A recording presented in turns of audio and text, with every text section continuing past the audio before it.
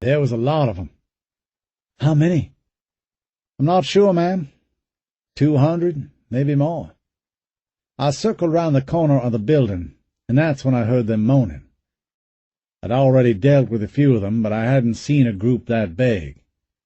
They were beating on the walls outside the school's gym, really going at it. I bet they'd been at it for a while, too. A lot of their hands had started to bleed from beating on the walls. So what'd you do? Jim asked. Well, I had my AR-15. I went up to the front of the boat and laid out a mess of magazines, and then I started yelling to get their attention. One by one, they turned around and came at me. After that, I just took it one shot at a time. And you said there were 200 or more of them?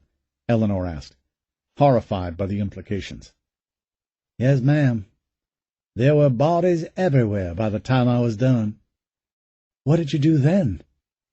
Well, I figured those zombies were after something inside that school. So I went inside and found these folks. We waited out the storm, and then this morning, when I couldn't get the EOC on the radio, I figured we needed to take matters into our own hands. These folks here already had those canoes you saw out there, and together we made our way here. What happened to your boat? Jim asked. Lost during the storm. Where were you guys going to go? Eleanor asked. Well, that's the thing, ma'am. I don't rightly know. I was kind of hoping you guys had heard something different. Maybe had some idea of what was going on. Eleanor shook her head. No, I'm afraid not. I guess maybe we could double back to the EOC and see what's going on there. I still don't understand why that's a good idea, Jim said. If you can't reach them on the radio, doesn't that mean they're in as much trouble as we are? They probably are in trouble, Eleanor said. But it doesn't mean they aren't the best place to go for help. It just means their communications are offline. There could be any number of reasons for that. Plus, if there's going to be any sort of organized evacuation effort, it's going to be focused there. I think we'd be taking too big of a chance going anywhere else. Jim didn't look as if he was convinced, but he didn't say anything more on the subject. He just frowned, then nodded reluctantly. Hank turned to face the rest of the room. The place smelled of unwashed bodies and filthy clothes. But the Red Cross volunteers had nonetheless done an adequate job of keeping the place neat. There were plenty of cots against the far wall, and the ones that weren't being used were smartly made. Off to the right they'd set up a long folding card table with a selection of MREs and cookies and bags of chips and bottled drinks. Madison was over there, Eleanor saw with a sense of relief, helping herself to some cookies. With everything else that had happened in the last 24 hours, at least her appetite was intact. "Hey, everybody," Hank said to the room, and waited as the others quieted down and faced him. "Looks like we're going to be heading out in the morning. We're going to try to get to the EOC over at the University of Houston campus. From there, hopefully we'll hook up with some folks who can get us evacuated." This was greeted with a murmuring of relieved voices from around the room. Eleanor could see several of the volunteers actually letting out deep sighs and clapping each other on the back. "But we need to head out early," Hank went on, "so get your stuff together tonight. I want to leave at first light." Eleanor turned from Madison to Jim. He was staring back at her. That look of wearied exhaustion was back again. "Are you sure this is what we need to do?" he asked. "I really don't see that we have any other choice." "What if we just get in the canoe and head north? We're bound to reach safety sooner or later." "But, Jim, you've seen those cannibals out there, those zombies. Whatever it is that's causing them to be the way they are, it's contagious. That means their numbers are going to be growing. You heard Hank. He faced down at least 200 of them. There are probably at least that many out there waiting for us. We'd never survive on our own. We need to group together if we're going to get through this. And that means going to the EOC. I don't see any other way." Before he had a chance to answer, Hank put a hand on both their shoulders. "I promised you guys some chow. What do you say? You hungry?" Eleanor took an MRE from the table and a plastic gallon jug of water, and looked around the room for Madison. She found her sitting on the edge of a cot with no sheets, preparing her own MRE. "You mind if I join you?" Eleanor asked. Madison looked up at her with forced nonchalance and shrugged. "It's a free country." "Damn it," Eleanor thought, feeling the heat rising in her cheeks. "Why is this always so hard?" Times like this, she didn't feel like other moms. She'd watched other women handle their kids' attitudes in public with patience and self-control, even though it was obvious they were burning up inside. Eleanor figured she'd missed that part of the deal when they were handing out mothering skills, because at times like this, when she made an honest effort and Madison just tossed it back in her face, all she could think to do was to get mean. It infuriated her, both because her daughter was being a little shit and because she wasn't being enough of a grown-up to deal with it. "Jesus," she thought, "why did parenting have to be so damn hard?" But this had to be done. They had to talk. It couldn't go on like this. Eleanor knew that, and she suspected that Madison did too. So she sat down next to Madison and unpacked her MRE. The entree was beef enchilada in sauce, which wasn't great, but at least it wasn't chicken fettuccine. God, that stuff was awful. Beside her, Madison was filling her meal pouch bag with water. Eleanor watched appreciatively as her daughter activated the chemical heater and dropped it into the water, then folded over the top of the pouch and stuffed it into the entree carton. That done, she leaned the carton against the leg of the cot to keep the assembly properly inclined, then opened up her package of peanut butter and spread it on some crackers. "You know your way around an MRE," Eleanor said, genuinely impressed. "I've eaten a bunch over the last 2 weeks." Eleanor opened her mouth to tell Madison not to take that tone with her, but closed it again. That wasn't going to work here. It would just drive Madison farther away. She separated out her own MRE, prepared her own meal pouch assembly, and then tucked the instant coffee into the back pocket of her jeans. Her clothes were still wet, but there wasn't anything she could do about that. "Hey," she said to Madison. "What'd you get for dessert?" "Chocolate pudding." "Ah, you got the good one. I got banana pudding." "I don't like the banana pudding." "No, me either." "I guess you won't switch with me then, huh?" Madison tossed her dessert pouch into Eleanor's lap. "Here, you can have mine. I'm not all that hungry anyway." "Baby, I was—" "Don't call me baby, Mom. I hate that." "Oh," Eleanor said. "Oh, okay. I'm sorry, Madison. What would you rather I call you?" "I don't care. Anything but baby. I'm not a kid." "Madison, come on. You're not even 13. As soon as she said it, Eleanor knew it was wrong. But she didn't get a chance to head off Madison's reaction, for in that moment, her daughter's face twisted out of shape as if she'd suddenly smelled something nasty. "I don't want to be reminded I'm a kid!" Madison nearly screamed at her. An older woman who'd been sitting on a nearby cot reading a David McCullough book looked up at them, caught Eleanor's eye, and quickly looked away again. Eleanor turned back to Madison, who was on her feet now, and said, "Madison, please, I'm sorry. That was a stupid thing for me to say." She patted a spot on the cot beside her. "Would you sit back down, please?" "Why?" "Please, Madison. I just want to talk." "About what?" Once again, Eleanor felt a hot rage flash across her skin. She was very close to losing it.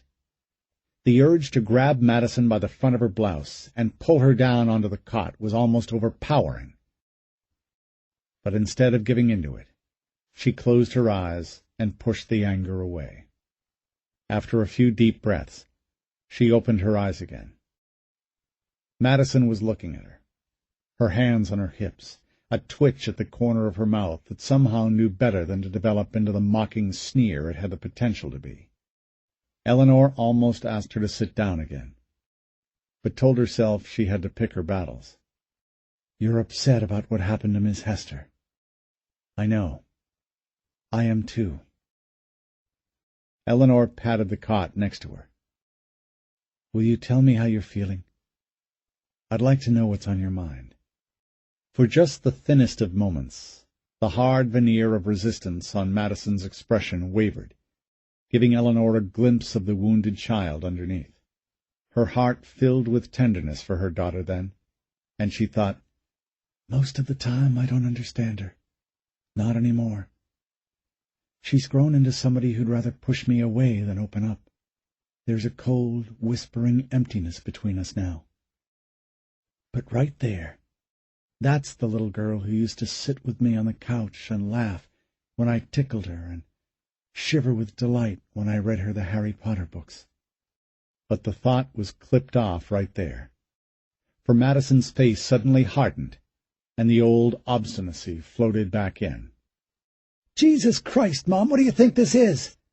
You act like we're living in some kind of sitcom. You think you're going to come over here and have a 3-minute little heart-to-heart with me, and that's going to be enough to make everything all better again? Well, it's not, Mom. This is real life. It sucks here. It fucking sucks." And with that, Madison spun on her heel and stormed off. Eleanor watched her go, dimly aware that most of the others had heard the outburst and were watching her out of the corner of their eyes. But Eleanor didn't care about that. The most important thing in the world to her was walking away, her hands balled into fists, her cheeks wet with tears. Eleanor felt as if a pit had opened up beneath her. The voice in her head that had spoken to her out on the balcony came back. "Go after her," it said. "Do something. Do some real parenting for a change." But all Eleanor could do was sit there, stricken, unaware of the tears falling down her own cheeks. Later, after the sun went down, Eleanor made the instant coffee from her back pocket and took it out to the balcony to watch the water and try to think about everything that had happened. The coffee was good and hot. She drank it black. The misting rain from earlier was gone now, and, looking up, she could see stars through the tattered remnants of gray clouds. Far off in the distance, to the south, she guessed, she could see a pale orange smear of a large fire burning just over the horizon. To the east, she could hear the hollow clap of rifle fire echoing off the floodwater. And all of this she took in absently, not really seeing any of it. Things were really, really bad. There was no denying that. The full weight of just how bad weighed heavily on her mind. Not only was the world as she knew it collapsing around her, not only did her daughter hate her guts for some mysterious reason that continued to elude her, not only were there zombies out there trying to eat them. As if all that wasn't enough, she was about to lead the only part of her life that still mattered into an uncertain future. She was gambling with her family's lives, and that made her heartsick. There were, in fact, so many problems pressing in upon her that she couldn't number them all. She couldn't pick them apart and deal with them individually, which was her usual way of attacking a difficult situation, for all those problems were interconnected, like a web. She closed her eyes and listened to the sound of the water lapping against the sides of the building, trying to impose a sense of peace on a mind that would have none of it. And that's when she heard the splashing. Her eyes flew open. All at once her body was tense, hairs standing up on end. She looked straight down over the edge of the balcony and saw a zombie moving along the ground floor wall, trying to find a way inside. The water was up to his chest, and she thought, "That can't be. They were drowning before." And then she saw why. Off in the distance, beyond the edge of the parking lot, the water was down. Cars that before had been up to their windows in water now appeared to be standing in shallow puddles. The water barely covered the bottom of the tires. More splashing off to her right caused her to turn around. She could see a large crowd of zombies wading through the parking lot toward the building. The glass doors slid open behind her, and she spun around, startled. Jim was standing there. "She's sleeping now," he said. "I think she cried herself to sleep. Maybe tomorrow she'll—" "Jim, we have to get out of here. Now." "What?" "There's no time, Jim. We have to go. Look!" She pointed toward the approaching zombie horde. "Oh, my God," he said. "What happened? How did they—" "Low tide," Eleanor said.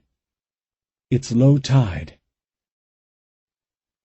This audiobook has been broken into multiple parts to make the download faster.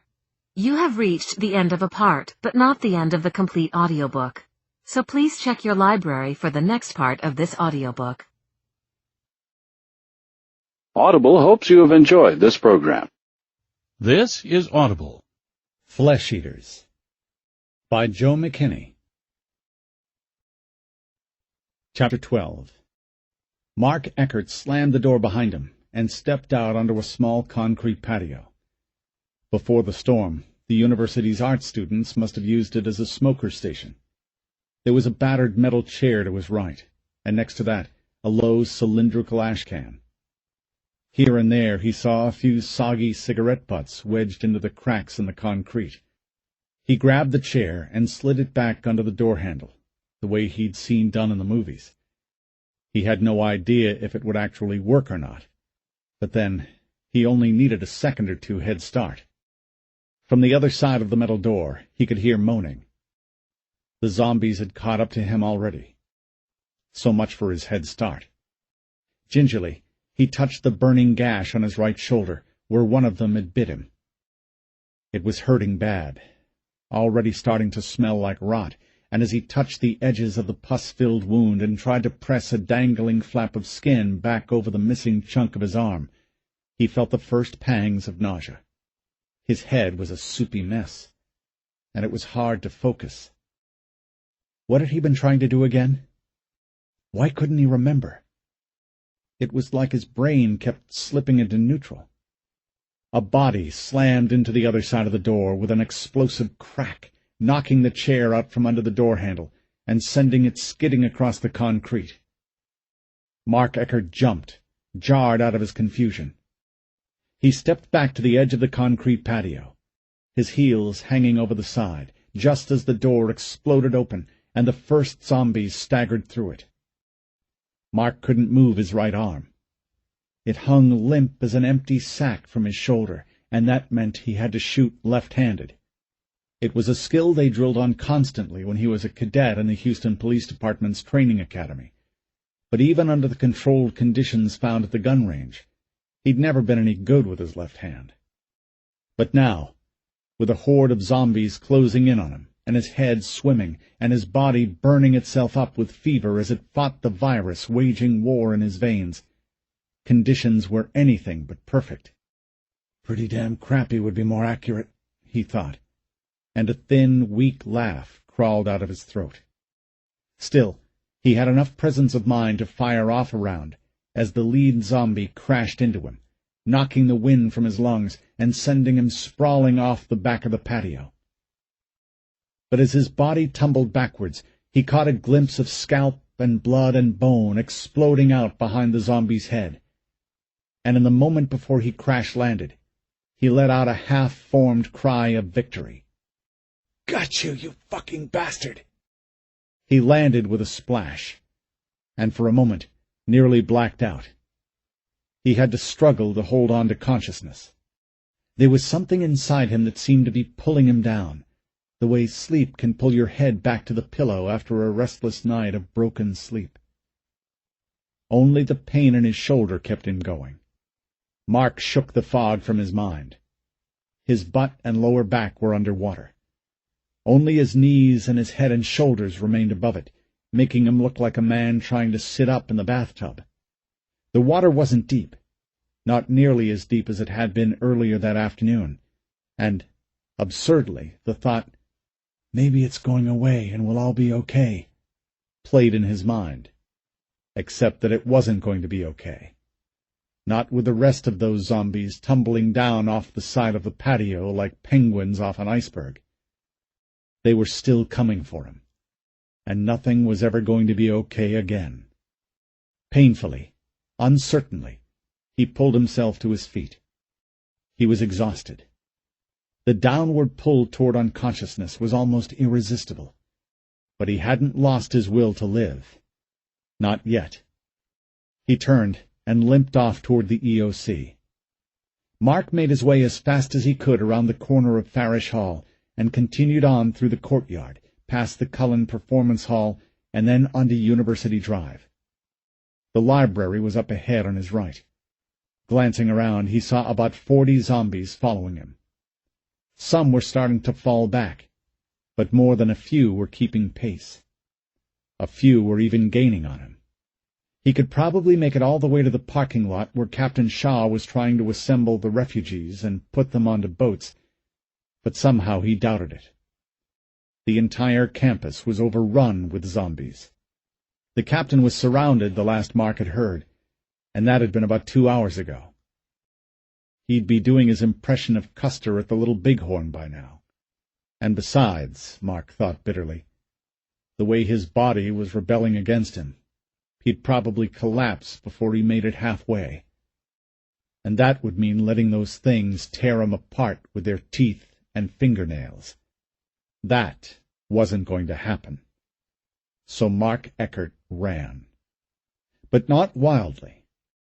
As a kid, he played with his dog in the surf down at Galveston, and he knew how tired you could get running through shallow water if you didn't pump your knees like pistons when you ran. Up ahead, there was a 10-foot-high chain-link fence with a large white sign with red letters. "Keep back 50 feet, authorized personnel only," posted near the gate.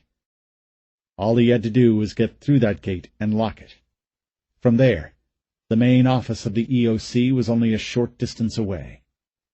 The gate was hanging open a few inches. His heart was pounding when he reached it. Every breath made it feel as if he were getting stabbed in the ribs with a pointed stick. But for as bad as he felt, he stopped and took a quick look back at his pursuers. The original group of 40 or so that had cornered him in the lobby of the art building had thinned out to a long, staggered line now. The nearest zombie was a big white guy in mud-soaked jeans and a T-shirt that hung in bloody rags from his shoulders. Through the tattered shirt, Mark could see the man's white belly glistening. Water drops splashed up around him like white sparks as he charged the fence. Behind him, maybe 10 paces at the most, was another man who was missing one side of his face. The rest were coming up behind them. He could hear them, but he couldn't see them in the darkness. He jumped through the gate, spun around, and pulled it closed. Someone had left the padlock dangling from one of the diamond holes in the fence. Even when the EOC was in everyday use, they'd been sloppy about locking it. Mark and his fellow officers had joked about the piss-poor security around here more than once, but he was thankful for it now. He fumbled with the padlock, trying to pull it out, but his fingers felt fat and numb, and trying to hurry only made it worse. The lead zombie was closing on him now, close enough that Mark was getting splashed by the zombie's awkward movements through the water. "Come on," he pleaded with himself. "Come on, damn it!" And then he had it. The padlock slid off the fence, and Mark held it up triumphantly in front of him. He glanced at the zombie, and a chill went through him. The man's eyes were clouded over, nearly completely white, as though with cataracts. They seemed utterly empty.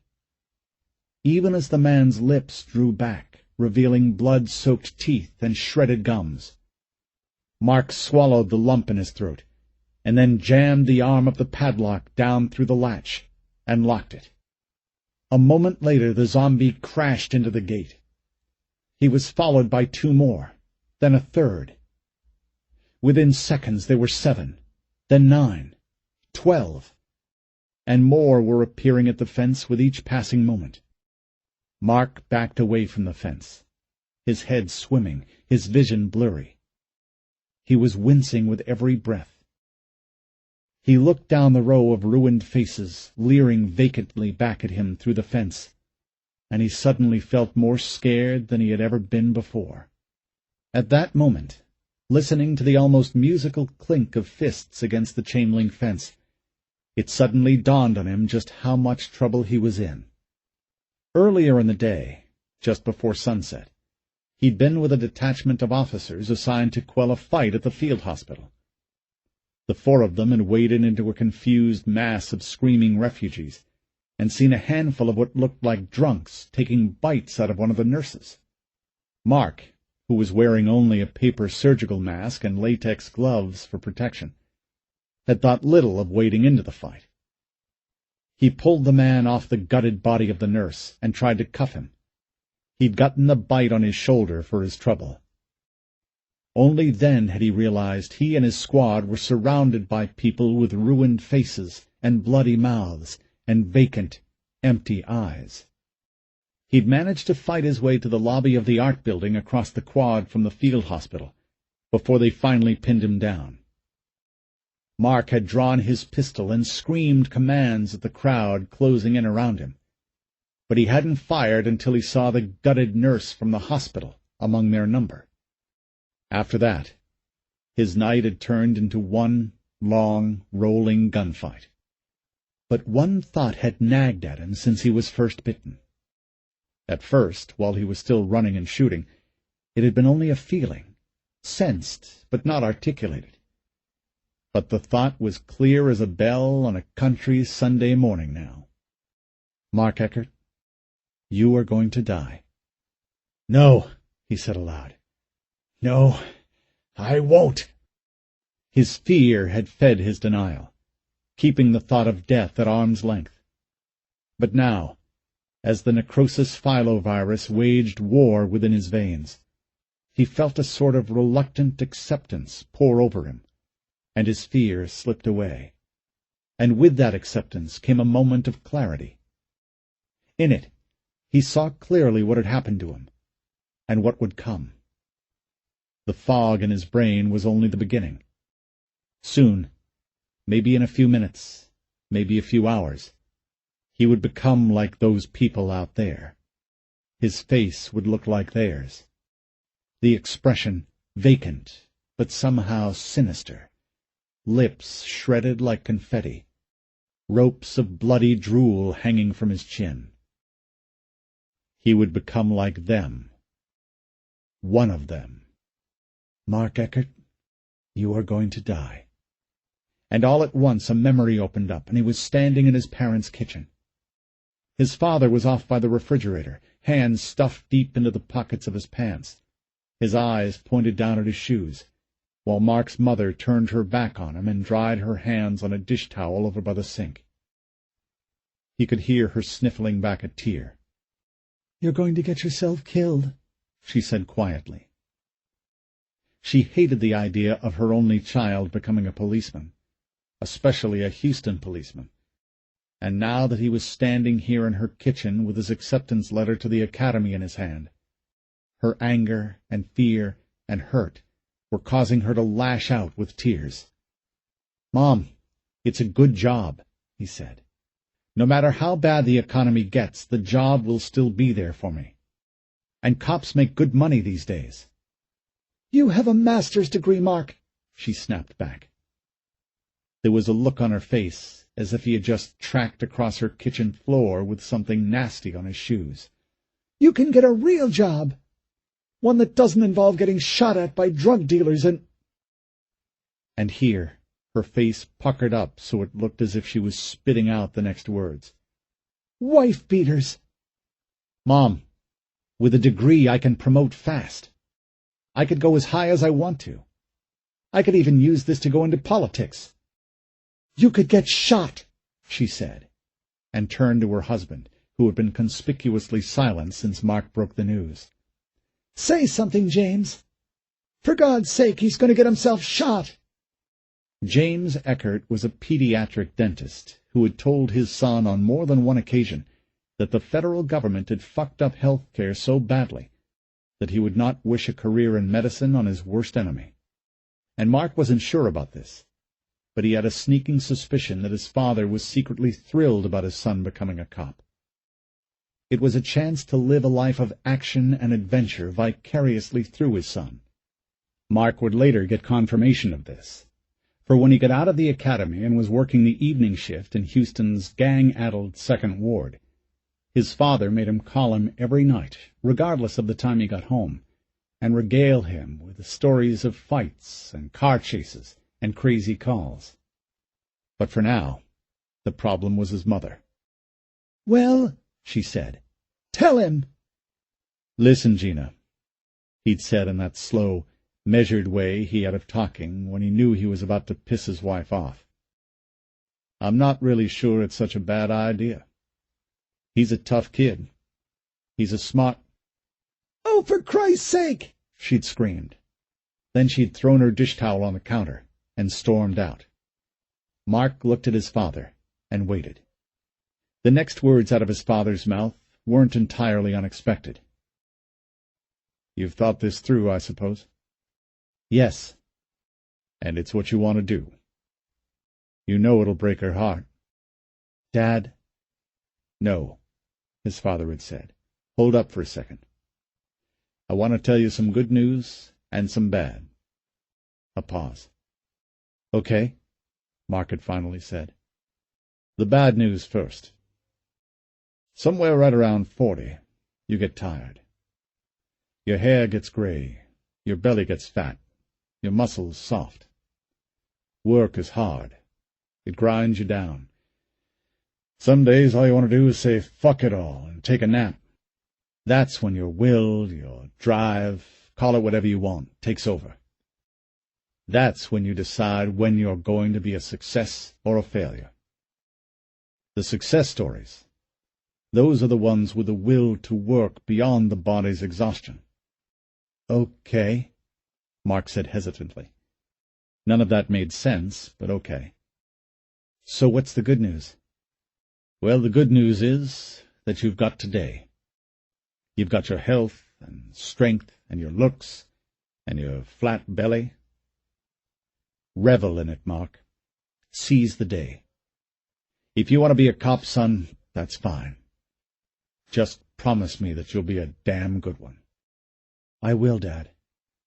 "Good. Your mom's going to be pissed as an old wet hen for a good long while, but she'll get over it. Just make sure you remember she loves you more than her own life. That's why she's so mad." Mark nodded soberly. "And, son?" "Yeah, Dad?" "Do me a favor and try not to get shot." The memory faded slowly. It was easy, he found, to shut off his conscious mind and let himself float. Too easy. But even as he tried to focus, he found that his body didn't want to comply. Everything ached now.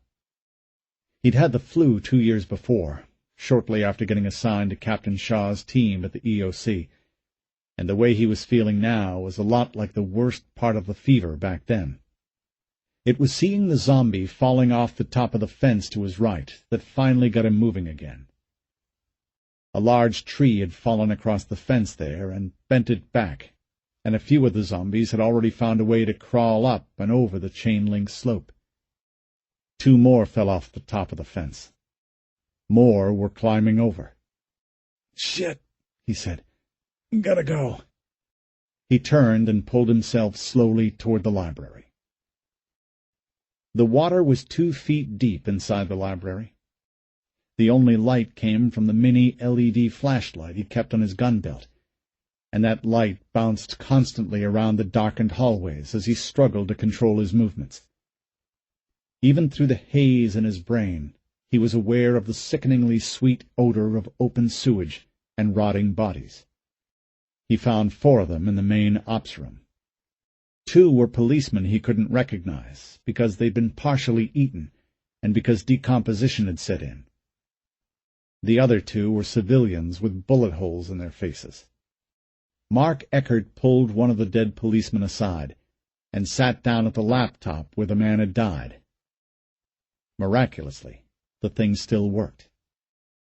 Briefly, it occurred to him that he had expected it to work. He had no plan B. He fired it up, activated the video feed feature he had set up for Captain Shaw earlier in the day, and started talking. My name is Mark Eckert. I'm a Houston police officer assigned to the Emergency Operations Command.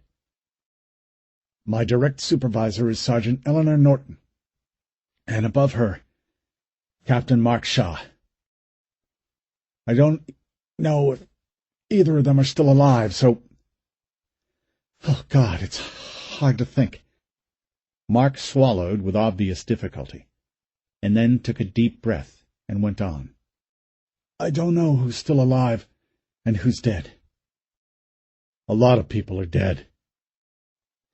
I think I'll be dead here pretty soon, but I guess... Hell, I don't know. Seeing as I'm not dead yet, and they probably are, I guess that makes me the one in charge. Woohoo! He raised a not-quite-clenched fist into the air. Hear that, Mom? I made it to the top after all. Go me. Here, on the video, Mark can be seen to sag visibly into himself. He tries to laugh, but then he begins to cough. The coughs are violent and painful sounding. They go on for 37 seconds. Several large flecks of black blood are hacked up onto the screen. But Mark is a strong kid, as his dad once told him. And eventually he pulls himself together and focuses on the screen once again. Let's see. Oh, yeah. We've got zombies here. How do you like that? It's pretty screwed up, actually. It's not anything like the movies we all saw. He leans forward, smiling, sort of, as only one side of his mouth manages to curl upward. The other sags like the curiously limp arm at his side. In the short few sentences he's spoken, his voice has taken on a whiskey roughness. They're dead, he says, in a mock stage whisper. You can shoot 'em, burn 'em, cut 'em. You name it. If it'll kill you, it'll kill them. The only thing is, they don't know it. You can see 'em walking around with their guts hanging out of their belly and gunshot wounds to the face. And they don't know they're supposed to lie down and die. But hey, what you gonna do? He falls back in his chair, still staring at the screen.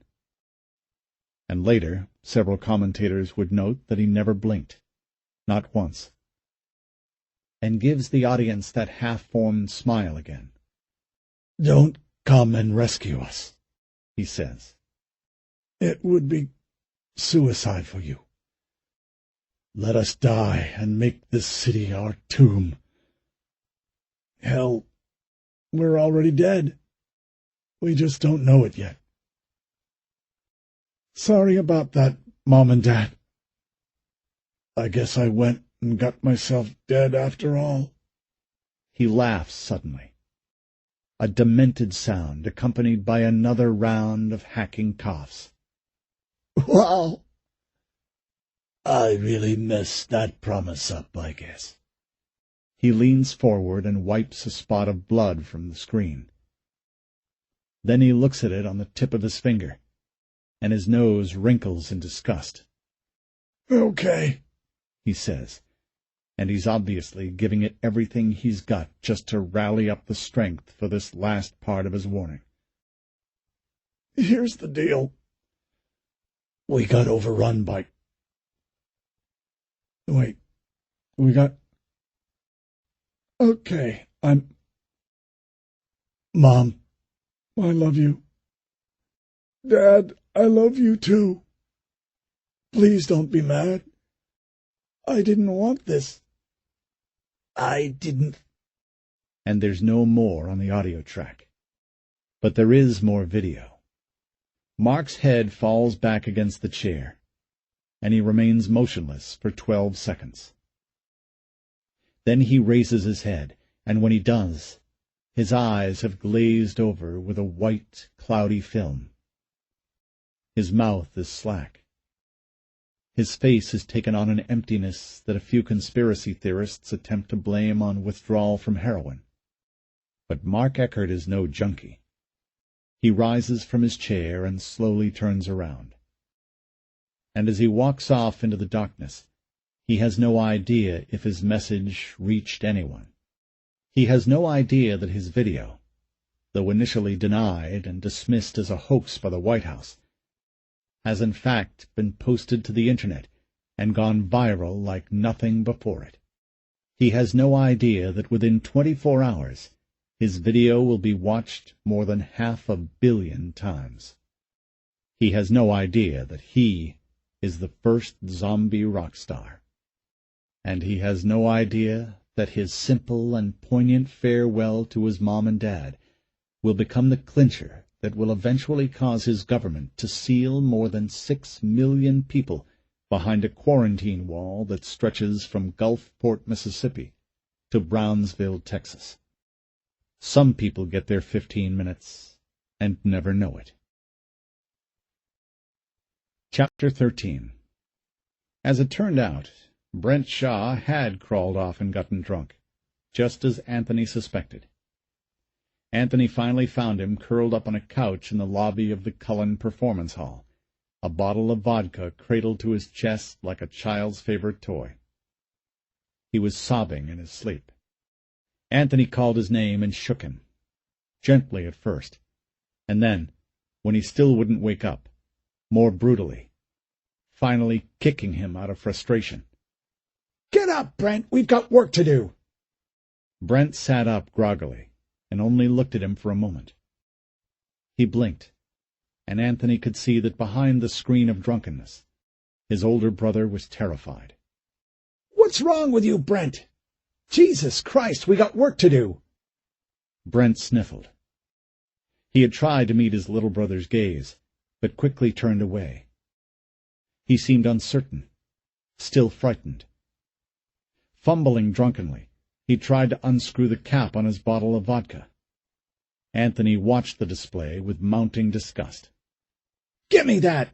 he finally said, and snatched the bottle from his brother's hands. He threw it against the wall, and it exploded with a muffled pop, the liquid spreading down over a poster advertising a student-run production of Harold Pinter's The Homecoming that was fated now to never see the stage. Brent had watched the bottle fly, his hand still outstretched, with a strangled cry eking from his throat. "Why did you—" he managed to say. "Shut up!" Anthony screamed.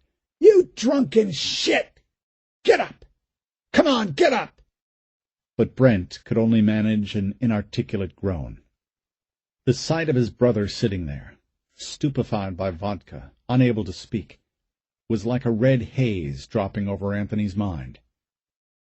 The anger rose up in him so suddenly, so powerfully, so like his father, that he was hardly aware of when he started slapping Brent's face.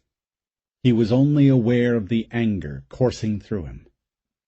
He was grinding his teeth in rage, grunting with every ferocious slap he raked across Brent's cheek. In the end, it was the sound of his voice, his growling, that stopped the blows. "Why do you gotta be like her?" He'd heard himself screaming. "You saw what drinking did to her. Why you gotta be like Mom? Get off the fucking floor, you goddamn disgusting fucking drunk!" Anthony stood there, looking down at Brent, a cowering, dumb giant who was bleeding from his lips and nose. And then he looked at his own right hand, the hand that only seconds before had been a relentless, merciless weapon. Brent's blood was on Anthony's palm. But it wasn't the blood that Anthony saw. His gaze was turned inward and backward over the years.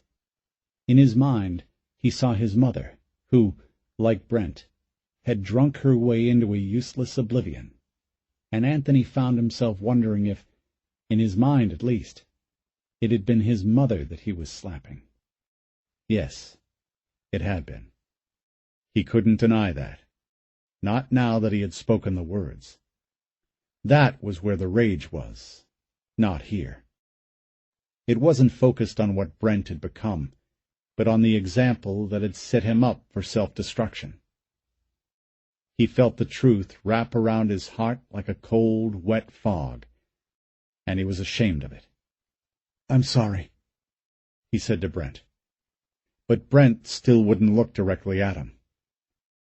"I hurt him bad," Anthony thought. "Oh, Jesus, I hurt him, and I didn't want to. I didn't mean to. It just happened. Oh, Jesus, please help me."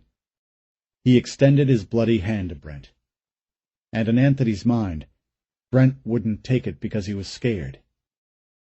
They were acting out the roles their parents had played growing up. One the drunk, the other relentlessly violent, and then just as relentlessly repentant. Brent sees that, Anthony thought, realizes the drama they're repeating, and it terrifies him. But Anthony was wrong. Perhaps on some subconscious level, those things were playing out in Brent's mind, moving like slow currents beneath a frozen lake. But the real demon that had locked him up and driven him down into the bottle was in fact nothing more complex than a drunkard's shame and self-loathing. Anthony did not know it at the time, and would only learn the vaguest details of it later that night. But while Anthony and his father were shooting the zombies in the EOC, Brent had been looking for a place to hide. He'd already seen a few of the infected, and made the mental leap that enabled him to acknowledge them as zombies. Trembling with fear, he'd wandered through the uninhabited parts of the campus, looking for a place to hide and drink. He'd rounded a corner and almost walked smack dab into the middle of 4 zombies who were wrestling a young girl of perhaps 10 or 11 down to the ground. That part of the campus had, for the most part, stayed above the water level, and Brent had been lost in the squishing his boots made in the spongy grass when he heard the girl cry out. He'd looked up, and there she'd been, one hand outstretched as the 4 tore at her clothes with their teeth and nails. "Please!" she'd screamed at him. "Please, mister, help me!" And Brent had just stood there, unable to make himself move. "Please!" the girl screamed again. Brent did move that time. He took a few steps back. His breath was whistling in his ears now, his heart beating painfully against the walls of his chest. His mind was screaming at him to turn and run. The little girl seemed to realize at the same time as Brent that he would be doing nothing to help her. And for just a moment, all her terror left her, and the look on her face changed to one of shocked abandonment and disbelief. "Please!" she screamed again. But if she said anything after that, it was lost as the zombies huddled over her. Her pleas degenerated into inarticulate grunts and screams. None of the zombies noticed Brent. He was still backing away, shaking his head, slapping his hands over his ears as he tried to block out the sound of the girl's pain and the wet, tearing noises the zombies made as they ripped her open and fed. And, improbably at that moment, the one clear thought that Brent could muster was not of the horrible tragedy playing out before him, or even of his own impotent response, but of that day he'd appeared before the chief's accident advisory board, and Captain Macklin had asked him, "What the fuck's going on with you? How'd you get like this?" That memory and the shame it dredged up had been behind the look on Brent's face as Anthony stood above him, his hand outstretched, trying to offer compassion. In the end, Anthony had been forced to scoop his older brother up and half-walk, half-carry him out the door. They'd met up with Jesse Numeroff down by the loading docks, and Jesse had taken one look at Brent and said, "No. No fucking way. He's so drunk he can't even—" But Jesse had trailed off. He'd taken one look at the emotional weather brewing in Anthony's eyes, and he'd quickly realized the wisdom of keeping silent on the matter.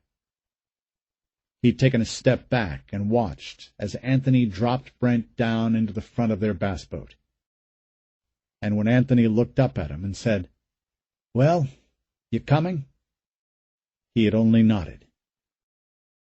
Several hours later, while Mark Eckert was fighting his way into the EOC so he could say his farewells to his parents and, unwittingly, become an internet sensation, the quick little errand that Anthony and Brent and Jesse Numeroff had started out on soon turned into a rolling firefight through a flooded version of hell. The trouble started as they entered what appeared to be a deserted housing project. The project's cinder-block walls, though scrawled with graffiti, had survived the storms. Only the doors and windows were gone. Water coursed through them, so that, as they glided by, they could see straight through many of the buildings. "Do you hear that?" Brent said. He was sitting in the bow of the boat, where Anthony had put him before they left. The city around them had grown eerily quiet almost as soon as they pulled away from the campus, and when that happened, Brent had become jumpy, taking on the frightened wariness of a small animal. Jesse had gone to the back of the boat because he was disgusted by him. But even with the length of the boat between them, he could barely disguise his contempt. "Dude, would you shut up?" he said. "Christ, you make me sick." "But I heard something," Brent repeated. His voice was small, uncertain. Anthony was driving the boat, and Jesse nudged him with the toe of his boot. "Can you make him shut the fuck up, please?" There was anger in his voice now, above and beyond the contempt. Anthony stared back at Jesse without speaking. Then he looked forward to where Brent huddled against the bow. Brent looked as if he were trying to make himself invisible. Anthony fetched up a deep sigh, and had someone told him that the gesture was an uncanny duplication of his father when confronted with matters he thought beneath his consideration, he would not have been surprised. "Just give it a rest, Jesse," he finally said. "But—" "I said give it a rest. You're not helping." The argument stopped there, for at that moment, as they glided past the end of one of the tenements and into the area that had been a parking lot just a few days earlier, they saw a nearly naked woman kneeling in the bed of a pickup. She looked up at them, and there was blood all over her filthy face. Her hair was matted with it. In her right hand she held what remained of a small black dog's back leg. Slowly she rose to her feet and dropped the leg. The remnants of the light-colored dress she'd worn were hanging from her hips in tatters. Her breasts, small and streaked with sooty grime, rose slightly as she raised her arms in the familiar clutching gesture of the infected. Despite the gore that covered her, and the knowledge of what she was, Anthony found himself glancing at her erect nipples. Behind her, coming up quickly through the flooded parking lot, was a man whose right arm had been eaten away. His face bore a look of shock and empty horror, unlike any Anthony had ever seen. A deep cut across his forehead appeared to have been opened with a swiping motion, as though someone had been trying to scratch his way into his skull with their fingernails. But it was the arm that drew Anthony's attention. It had been chewed off below the elbow, and the bones inside shattered. A momentary image of some zombie greedily sucking the marrow from the ruined, severed part of the arm forced Anthony to close his eyes and mentally recollect himself. From the front of the boat, Brent let out a pitiful groan, and that was enough to connect a circuit inside Anthony's mind. When he opened his eyes, he was all business. He pulled his pistol and shot the woman in the head, dropping her to the bed of the pickup even as a chunk of her scalp flew away behind her. Then he centered his front sight on the chest of the one-armed zombie and fired. The man let out a gasp of air as though he'd been punched in the gut. But he didn't go down. "No," Brent groaned. He was holding his ears, his body curled into a fetal posture. "No, no, no." Anthony took a breath, then re-sighted his weapon on the man's bleeding forehead. His next shot made the zombie's head snap back, and he sagged into the water. Anthony scanned his surroundings, checking for more threats. The noise of gunfire had attracted a few others, and they were moaning, the sounds echoing off the cinder-block walls of the tenement. But they were out of pistol range, and so Anthony holstered his weapon. In the bow of the boat, Brent was now rocking back and forth, muttering to himself. He would be almost useless from here on out, Anthony realized. Best to just leave him where he was, where he couldn't do any damage. He turned back to Jesse, who had pulled out their AR-15 guns while Anthony was shooting the two zombies. "I can get those zombies over there by the gas station, no problem," Jesse said. "Yeah, and then what?" Anthony asked. He looked up at the sky. It was getting dark fast, but even in the low light he could see more and more of the infected emerging from the surrounding buildings. "Hold your fire. I want to try to stay mobile as long as we can. But keep those rifles handy. I'm pretty sure we're going to need them." Eleanor ran back inside the building, Jim right on her heels, and started looking for Madison. The room was lit only by a few guttering candles, throwing most of the room into shadows. She could make out about 24 figures dozing on cots, none of them with sheets because it was hot and damp inside here. "Where is she?" Eleanor demanded.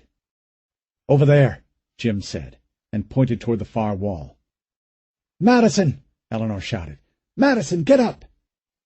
Most of the Red Cross volunteers had been trying to sleep, but now they were sitting up on their cots, blinking at her.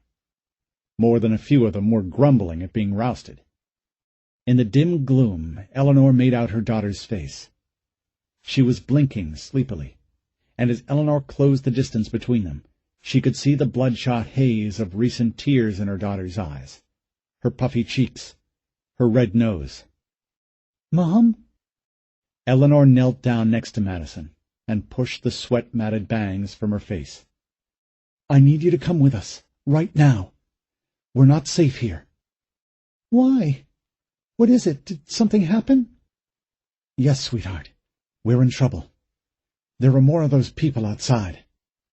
Madison got up from the cot so quickly she nearly knocked Eleanor over. She was wearing a baggy T-shirt she'd borrowed from one of the Red Cross folks, but they hadn't been able to replace her jeans. Those were still soaking wet. "You mean those zombies?" she asked. She, too, could barely bring herself to say the word. Eleanor nodded. "Come on, Madison. We gotta go." Hank was standing there when they turned around. Behind him, most of the Red Cross volunteers were looking on, their faces reflecting confusion and irritation. "Ma'am, what's going on?" he asked. "Hank, the water out there. It's getting to be low tide. It's down to about 6 feet right outside the building." She saw his face harden at once. "How many did you see?" "I don't know. It's dark out there. I saw 30 or 40, but—" "Yeah, there's probably more." He turned to the Red Cross volunteers, all of whom were watching him fixedly now, waiting for instructions. "All right, listen up, people. We may have some bad company here real soon. I hope you packed your gear when I told you to, 'cause we may have to cut out here real fast." He pointed to 2 of the volunteers. "Frank, you and Jason check the south point over there. Try to get me an accurate count. The rest of you just hang tight." He turned then and moved for the door. "Where are you going?" Eleanor asked. "I'm going to check the east side of the building over here. Try to see what we're dealing with." "Hank, we have to leave here. Right now." "Sergeant Norton, with all due respect, ma'am, there's only one stairwell leading up to this level, and I blocked that off with so much furniture these zombies will need blasting gear to get through it. We're safe for right now." "Like hell," she said. "Hank, that junk on the stairs will stop 1 or 2 of them as long as they're over their heads in water. But there's a whole mess of 'em out there now. And at that moment, a low moan rose up from the night outside. They heard a crash from the other side of the building. Hank glanced that way. Then he scooped up his AR-15 that was leaning next to the front door. "Everybody hang tight," he said. "I'll check it out." Jim came up next to Eleanor and touched her hand as Hank disappeared out the door. "What do you want to do?" he asked. "We'll let him scout it out. When he gets back, we'll figure out what to do." "So you trust this guy? He knows what he's doing?" "Yeah." She turned then and looked at her husband. He was nervous. She could hear his breath whistling through his nostrils, but he had his other arm around Madison's shoulder. And if she had doubts of their chances before, the sight of the two of them together gave her all the reassurance she needed. They were going to get through this. "Hank's got it under control. He's dumb as a bag of rocks in most things, but when the bullets start flying, he's the best there is." "That's good to hear," Jim said, "because I think we're going to need all the help we can get." The sky was ribbed with lightning, and thunder echoed over the desolate ruins. Behind the wheel of the bass boat, Anthony Shaw stared into a drizzling rain, into the dark, and was worried. The rain would cover the noise of splashes, which the zombies couldn't seem to avoid making, and it cut visibility down to almost nothing. They were moving through uncertain waters now, surrounded by countless ruined buildings, weighed down by the knowledge they were being watched from every busted window, every darkened doorway. Anthony had slowed the boat to a crawl. There was no sense in blindly racing around a corner and finding themselves in the middle of a crowd of zombies, something that had come dangerously close to happening twice already. But with the money so close, it took every bit of self-control he could muster. He fought down the urge to dig into the throttle, and instead coasted forward through the rain, tense and watchful. Soon all this would be behind them. He glanced forward to where Brent was sitting. He was no longer rocking back and forth in that oddly disturbing way that made him look like an autistic child in the middle of a meltdown, and from the dull light in his eyes, Anthony guessed that some of the shine was wearing off his drink. But he still seemed too scared and too fragile for a man his size. Behind Anthony, Jessie was quietly watching the ruins on either side of the boat, ready to fire if needed. It had been on Anthony's mind a lot lately about what would happen to the three of them after this was all over, and while he was worried about Brent, he had no doubt that Jessie would come out on top. Jessie was a cat. He'd land on his feet no matter what. Anthony was still contemplating their future when, a few minutes later, a boat resolved itself out of the rainy gloom ahead. Instantly the hairs went up on the back of Anthony's neck. The boat was floating silently on the current, drifting towards them, while a figure staggered around by the controls. Anthony resisted the urge to hail him. They'd seen far too many of the infected in these buildings, and with the tide at its lowest, those zombies could conceivably wade out to them and climb into